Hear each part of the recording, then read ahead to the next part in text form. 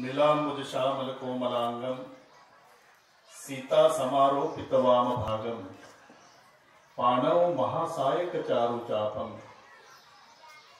नमामि रामं रघुवंशनाथं। प्रातस्मरणीय अडबंगनाथाच्या या पवित्र भूमीमध्ये त्यांच्याच कृपा आशीर्वादानं राजू मामाला हा संकल्प स्फुरला आणि अडबंगनाथाच्याच कृपा आशीर्वादानं तो पूर्णत्वास गेला। फार वर्षापूर्वी अडबंगनाथाच्या दरबारामध्ये जुन्या मंडळीला आठवत असेल की मोठा सप्ताह झाला होता। साधारण 90-91 साल असेल, 30-32 वर्षे झाली। 93 अंदाज होता माझा, 93 थोडासा चुकतो, अंदाज त्यालाच म्हणतात। त्यावेळेला फार मोठा सप्ताह, त्यातली काही संयोजक मंडळी आपल्यात नसेल सध्या। बरं, चांगली आनंदाची गोष्ट आहे। तेव्हा या भूमीमध्ये परत 28 वर्षांनी येण्याचा योग आला। त्याचं सर्वांना कारण ज्ञात आहे। आमचे राजू मामा आचार्य, त्यांचा आमचा संबंध कधी आला, केव्हा आला, त्यांच्या चिरंजीवांनी सांगितलं केव्हापासूनचा हा संबंध आहे सर्वांना ज्ञात झालं। पण खरं कार्य त्यांच्या हातून घडलं ते आळंदीचे सद्गुरू जोग महाराज यांची शताब्दी आणि वारकरी शिक्षण संस्थेची शताब्दी। रोज 2-3 लाख लोक जेवायचे। राजू मामा आणि त्यांचे 250 कामगार होते, 250। ते कमी पडले, मामाने परस्परच वाढवले, पण कुठेही काहीही 8 दिवसात कमी पडू दिलं नाही। तेव्हापासून मामाच्या प्रती आमचा आदर वाढला आणि माझ्या लक्षात आलं की मामावर अडबंगनाथाची कृपा आहे। तब्येतीमुळे नाही गंभीर महाराज, तब्येतही समजा अडबंगनाथाची कृपा तुमची आहे। मनचीती होत नहीं हरचीती होत तत्काल, बलि को जाना था बैकुंठ भेज दिया पाताल। माणसाच्या मनातलं होत नाही आणि परमेश्वराच्या मनातलं चुकत नाही।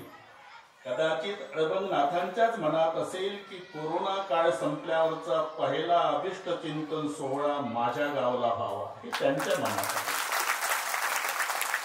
आणि म्हणून ते जेव्हा माझ्याकडे आले तेव्हा दीपक भाऊ आणि राजू मामा यांना सांगितलं की या सोहळ्याचे अनुभव असणारे, आता आमचे सुरभान पाटील तांबे गेले, पण अण्णासाहेब सदाफळ पाटील, येवल्याचे बनकर पाटील, आमचे निळोबा महाराज, रवी महाराज, पांडुरंगगिरी महाराज यांच्याकडे जाऊन ही सगळी रूपरेषा आखा। त्याप्रमाणे ते गेले आणि अतिशय सुंदर नियोजन, सर्व ग्रामस्थ मंडळी, पोलीस पाटील, सरपंच, उपसरपंच, आजी माजी ग्रामपंचायत सदस्य, लहान मुलांपासून थेट म्हाताऱ्या माणसांपर्यंत, तरुण बांधव सहित आई बहिणी वडीलधारी मंडळी, अख्खं गाव धामोळी एका मायेची लेकरं होऊन या कामाला एकत्रित आली। आणि म्हणून दृष्ट लागेल असा सोहळा या ठिकाणी संपन्न झाला। या संबंधाने ज्यांचं कीर्तन झालं ते माझ्यावर बंधुवत प्रेम करणारे उद्धव महाराज मंडलिक, आता अण्णासाहेबांनी सांगितलं कालपर्यंत आयसीयूत होते, पुन्हा दवाखान्यातच गेले तरी कीर्तनाला आले। आमचे अशोक महाराज घुमरे, गंभीर महाराज, जे भगुरे गुरुजी, निळोबा राय, गिरी व्यासपीठावरील बरीचशी महाराज मंडळी, काही बसलेल्यातही महाराज मंडळी आहे आणि ज्यांच्याकडे 20 वर्षापासून नागपंचमी चुकत नाही त्या विजय भाऊला वाटलं या निमित्तानं भेट होईल म्हणून येऊ नका असं मी त्यांना म्हटलं होतं. पाऊस आहे ते म्हणले बाबा त्या निमित्ताने भेट होईल, तेही आले. बरेचसे मान्यवर पुढे उपस्थित आहेत, लकडे पहलवानापासून मजबूत पहलवानापर्यंत सगळे. काहींचा नामोल्लेख केला तर काहीचा नक्की राहून जाणार आहे आणि म्हणून सगळे या प्रेमापोटी आलेल्या माय बहिणी, वडीलधारी मंडळी, लांबून लांबून आलेले भाविक, फार सोलापूर जिल्ह्यातून प्रत्येकाचा वैयक्तिक नामोल्लेख केल्यापेक्षा तुम्ही सर्वच्या सर्व मला पांडुरंगासारखे आहात आणि म्हणून प्रभू तुम्ही महिषाची या मूर्ती मी दुबळ्या अर्चित असे भक्ती बोल जरी गंगावती स्वीकाराल की. पांडुरंगाच्या स्वरूपात पुढच्या सर्व भाविकांना एकदा मी पुन्हा मनोभावे वंदन करतो. जलाल महाराज आताच त्यांनी सांगितलं माझा ज्ञानोबा, बाकीच्या मन उडू उडू झालं पेक्षा हे बरं त्यापेक्षा चांगलं. माझा ज्ञानोबा आणि ही मालिका 30 तारखेपासून सुरू होणार. त्याच्यातलं वैशिष्ट्य लिखाण केलं ते आमच्या जलाल महाराजांनी. हे वैशिष्ट्य कबीर मोमीन लतीफा मुसलमान सेना नावी जान विष्णुदास. हे ज्ञानोबारायांनी ठरवलं तुमच्याकडून लिहून घ्यायचं आहे. हे आपली ताकद नसते, वरून नियोजन असते, त्यांनी ठरवलेलं आहे. आपण सगळे एक आहोत. या मालिकेच्या दृष्टीनं हा संदेश सर्वांपर्यंत पोहोचला आहे. मी नेहमी सांगत असतो, काही माणसं समाजाचे तुकडे करायचे काम करतात, पण चांगलं संशोधन करा तर हिंदूच्या आवडीचा सण दिवाळी आणि मुस्लिम बंधूच्या आवडीचा सण रमजान, हे दोन्ही शब्द आपण इंग्रजीत लिहा, मग आम्ही एकमेकात किती गुंतलो मनोज हे लक्षात येईल. दिवाळी लिहिताना हिंदूला शेवटी अलीच लिहावा लागतो, DIVALI, त्याशिवाय दिवाळी होत नाही. अली आलाच शेवटी. आणि मुस्लिम बांधवांना जलाल भाई रमजान लिहिताना पहिला रामच लिहावा लागतो. आर्ययन जडयन म्हणजे त्यांना पहिला राम लिहिल्याशिवाय रमजान होत नाही आणि हिंदूला अली लिहिल्याशिवाय दिवाळी होत नाही. आम्ही इतके एकमेकात गुंतलेला. वेद वाणी परब्रह्म, अल्लाह बोलत इस्लाम, गॉड हे इंग्रजी नाम सर्व साक्षी. आम्हाला तुमच्याबद्दलचा स्वाभिमान आहे की तुमच्या हातून ज्ञानोबारायांनी हे कार्य करून घेतलं. अशोकराव असेल, ग्रामाचार्य गंभीर 30 तारखेपासून दिसणार आहे. तब्येतीप्रमाणे त्यांना ग्रामाचार्य केलं, याबद्दल जलाल भाऊ तुम्हाला कोटी कोटी धन्यवाद. शोभले पाहिजे ना ग्रामाचार्य. तिकडे त्या आजी बसलेल्या आहेत. आम्हाला असं वाटतंय की ती 30 तारीख लवकर यावी, लवकर यावी. सगळ्या महाराष्ट्र उत्सुक आहे हे पाहण्यासाठी. खूप आनंदाला पारावार नाही. आमच्या अशोक महाराजांनी आणि पांडुरंग बाबा गिरी त्या दिवशी होते. म्हटलं कोरोना त्याला करुणा नाही, बरेच आपले महात्मे मोठे मोठे घेऊन गेला 1.5 वर्षामध्ये. आता सगळ्या महाराष्ट्राला 40 वर्षे हसवणारा आमचा इंगळे बाबा, ज्या दिवशी वैद्य महाराज मरण पावले होते, मृदंगाचार्य, त्या दिवशी कुरेकर बाबांचे शब्द होते की आजपर्यंत मृदंग आनंदानं वाजत होता, पण आज बाबांची चिता जळती, महाराष्ट्रातला मृदंग रडून वाजत असेल. तसं इंगळे बाबांनी 40 वर्ष महाराष्ट्र हसवला, 40 वर्ष. पण बाबा ज्या दिवशी गेले त्या दिवशी विनोद सुद्धा ढसा ढसा रडला.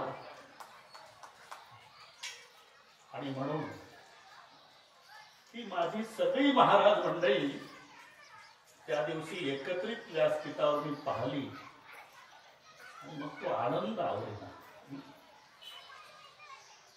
आपणाला दुसरं काही घेऊन जायचं नाही. केवल बिछड़ने के लिए है ये मेल मिलाप. एक मुसाफिर हम है और एक मुसाफिर आप. एक दिवस जायचं आहे. सर्वांनी तोंड भरून भरून आशीर्वाद दिलेला आहे. आता 75चं नाही सांगताय त्यांना साहेब, बरेच दिवस आहे त्याला. पण निळोबा महाराजांनी लावला होता वशिला, पण ते कसं काय त्याने तिकडे पुन्हा साक्षीदार जोडले व त्या 2 तासात त्याचा तोच उद्योग होता, कोळपेवाडी. त्याची तब्येत बरी राहत नाही.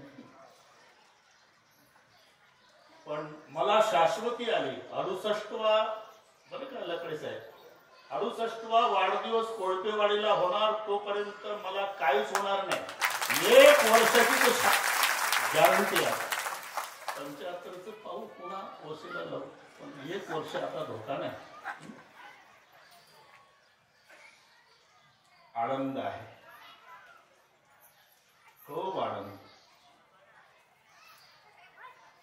प्रेम नाही सांगता बोलता दाविता, अनुभव चित्ता चित्त जाणे.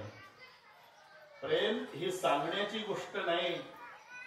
जेव्हा ते पाय धुत होते नवरा बायको दोघेही धसा रडत होते, ते उत्तर डोळ्यातून येत असतं. लक्षात ते घरीताई परी आवरेना, ते आवरत नाही. प्रेम आल्यापासून त्यांचं रडणं चाललं. आल्यापासून वेळेची सवय जन्मभर झाल्यामुळे मी कालच गुमरे पाटलाच्या वस्तीवर सांगवीला आलो. सवयीप्रमाणे 8:30 वाजून 31 मिनिटांनी धामोरीत आलो. तुमच्याकडून काही हो, पण आम्ही अर्धा तास आधी सवय झाली. आता ताईने उल्लेख केला, निवेदक निवेदिका ते ठरले सर सर्वांनी. वाढदिवस हा शब्द सर्वांच्या परिचयाचा आहे. वाढदिवस, पण वाढदिवस शब्दावर बरं का पेंटर आरोप आहे. आरोप आहे विजयराव, त्याच्यावर आक्षेप आहे. म्हणायचा वाढदिवस तुकोबारायांनी उगीच म्हटलं नाही. नको नको म्हणा गुंतू माया जाळी, आणि काळ आला जवळी ग्रासावया. अरे काळ येतच नसतो हे सर्वांना माहिती आहे. जिथे काळ आहे तिथे आपण जात असतो, एवढं लक्षात ठेवा. माय मुलाला, बाप मुलाला तळमळीनं सांगतात की गाडी हळू चालव, हळू चालव. हो आई, हो बाबा म्हणतं. आणि घरातून बाहेर पडलं की अनसीनं पडवतं का, तिकडून एक ट्रक अनसीनं आलेली आहे आणि याची त्याची धडक रोडवर ठरलेली आहे. ते कोणासाठी थांबत नाही. होणारा सारी की बुद्धी कर्मरेखा कडेना. जिथे आपला काळ आहे, जी वेळ ठरलेली आहे, जे स्थळ आहे, आपण तिथे जात असतो. ही सर्वांना माहिती असून काळ आला जवळी ग्रासावया असं का, याचं कारण आहे, जर आता आयुष्य 67 वर्ष आमचं चालू आहे वय, आणि आयुष्य 70च असेल भाऊ, एक उदाहरण, तर 3च वर्ष शिल्लक राहिले, याला म्हणतात काळ आला जवळी. ही मराठी लक्षात घ्या. आता फक्त 3 वर्षावर आला, काळ आला जवळी ग्रासावया. म्हणून वाढदिवस शब्दावर हा आरोप आहे. आपण तितके वर्ष कमी केले आयुष्यातले, तरी वाढदिवस म्हणायचा. ही मराठी भाषा आहे. नृत्य लोकची उफराटे, पायात जोडा घाल, डोक्यात टोपी घाल, अंगात सदरा घाल, हे म्हणायचं आहे. पण कृती उलट आहे. अंगात सदरा घालायचाच नाही, त्याला सदऱ्यातच अंग घालायचं आहे. डोक्यात टोपी घालायचीच नसते, टोपीतच डोकं घालावं लागतं. पायात जोडा घालायचाच नाही, जोडे दारात असतात, हे जाऊन दोन्ही पाय घालतं. तरी म्हटलं पायात जोडा घातला. आता ते गॅस निघाल्यानंतर सासूबाई सुनेला म्हणायची ना, अगं ऑफिस मधून येईल आता, चूल पेटव. ही मराठी गंभीर महाराज, चूल पेटव. अरे चूल पेटतच नाही. चूल जर पेटली असती तर सरपण महाग झालं नसतं. ती सरपण त्याच्यावर रॉकेल वगते, काडी पेटी लावते, आणि सरपण पेटलं की पुन्हा सांगते सासूबाई चूल पेटली. बस तसंच वाढदिवस आहे, तो क्षय दिवसच असतो, पण चूल पेटली, सरपणच पेटलं. पण म्हणायचंय चूल पेटली. तुमच्या अनुभवाचं सांगतो, तुमच्या मुलानंतरची मुलं नोकरीला लागली, तुमचं सुशिक्षित बेकार 2 वर्षापासून फिरतंय, काही अर्ज बिर्ज केले का नाही केले? हो, काय झालं? आमचा अर्ज पुढे सरकत नाही. सरकल काय करावं? वजन ठेवा, वजन. आता मराठी कळली तुम्हाला? वजन, कागदाचा अर्ज वजन ठेवल्यावर थांबला पाहिजे, पण ठेवल्याबरोबर सरकतो. ही मृत्यू लोकीची उपराटे. तसा वाढदिवस आहे क्षय दिवस. नाही तर हा अण्णासाहेबाला आणि खंडाळा रांजणगाव देशमुख हे 42 वर्षे झालेली परंपराची गाव आहे. वडगाव पान आले सगळे आवर्जून आली. दोडी 42 वर्षे न चुकता झाली. त्या सगळी आवर्जून आली. नाही तर आमचा 2003ला, आता तर 17-18वी पुण्यतिथी असते आमची, हा ना. हे काय साक्षीदार आहे. दिवसा गाडीला 3 पलट्या, त्याच्यात एक पोरगा जागेवर गेला. टोमॅटो एवढा मेंदू त्याचा हायवेवर पडला होता, एवढा गोल टोमॅटो, एवढा डोकं फुटून, आणि त्याच्या मांडीवर माझं डोकं होतं. मी गाडीत गुरडायलो. गंभीर अशोक महाराज, त्याचा मांडीतून पाय तुटला, गळ्यात होता पाय, आणि मला डेड बॉडी म्हणून घेऊन टाकला लिंबाच्या झाडाखाली रोडच्या काठाला. दिवसा 1:30 वाजताचा ऍक्सिडेंट. मी शुद्धीवर आल्यानंतर पुढं पाहिलं तर सगळे पोलीस वगैरे. हे बोनस सांगतोय तुम्हाला मिळाले. विचारलं, साहेब काय झालंय का? ऍक्सिडेंट. कोणाच्या गाडीचा? आता कमाल आहे, डेड बॉडी म्हणून तुमचं नाव लिहिलं, तुम्ही आम्हाला विचारलं कोणाच्या गाडीचा? मग माझी मुलं कुठं आहे? मी विचार. लहान लेकरं नव्हते गाडीत. म्हटलं मी ब्रह्मचारी आहे साहेब.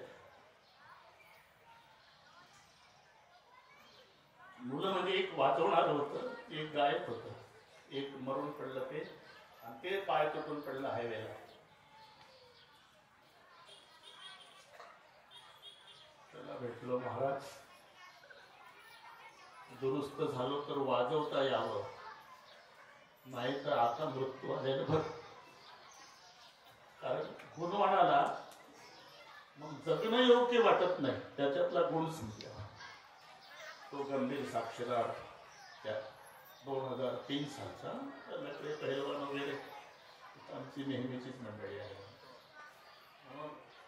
अभिष्ट चिंतन, वाढदिवस शब्दापेक्षा संयुक्तिक अभिष्ट चिंतन सोहळा.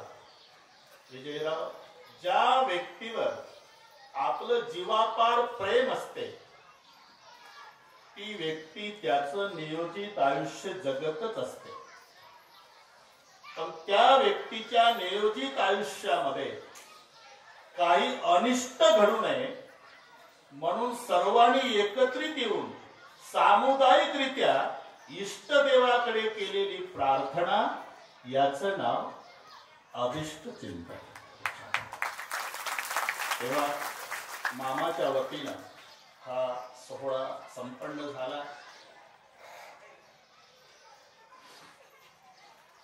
सर्वांना भूका लागलेल्या आहे. तुम्ही नाहीच म्हणणार आहे अशोकराव, त्या दिवशी इतका वेळ कीर्तन झालं तरी नाहीच म्हणत नव्हतं. चालू द्या. आमचा दीपक पवार, ते भूका लागल्या, काही ना चक्कर येते, काळजी करू नका, ते चक्कर येतो कोणा. झालं काही नाही.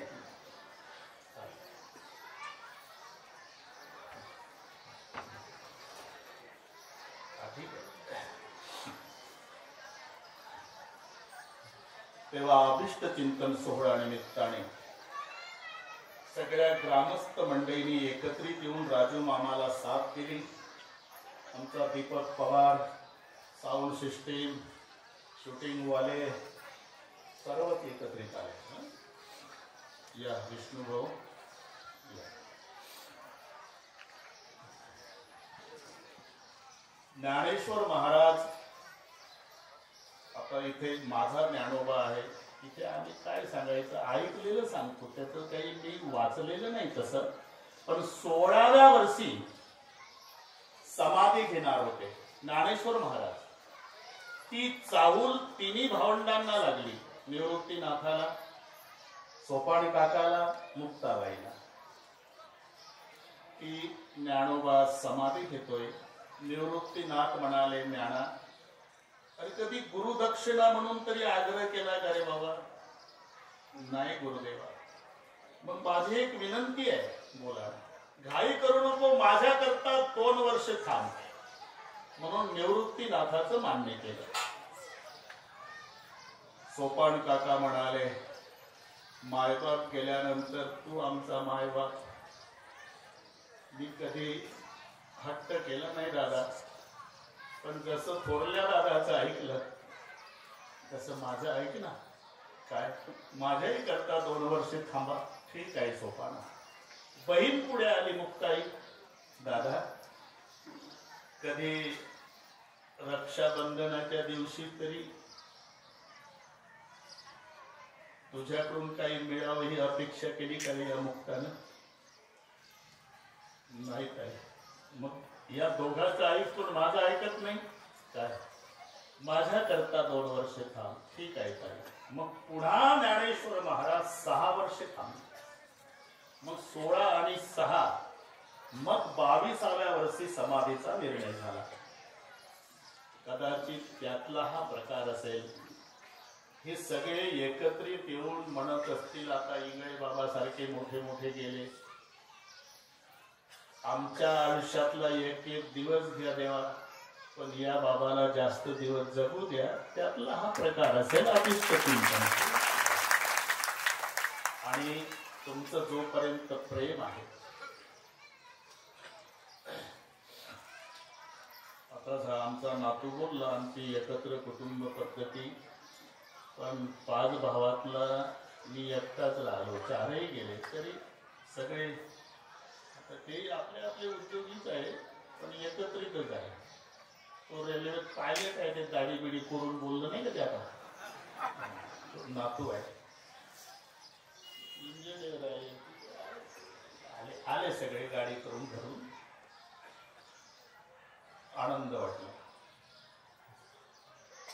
माझं बोलणं संपत आलं, 2 मिनिट घेतो, पण त्याच्यानंतर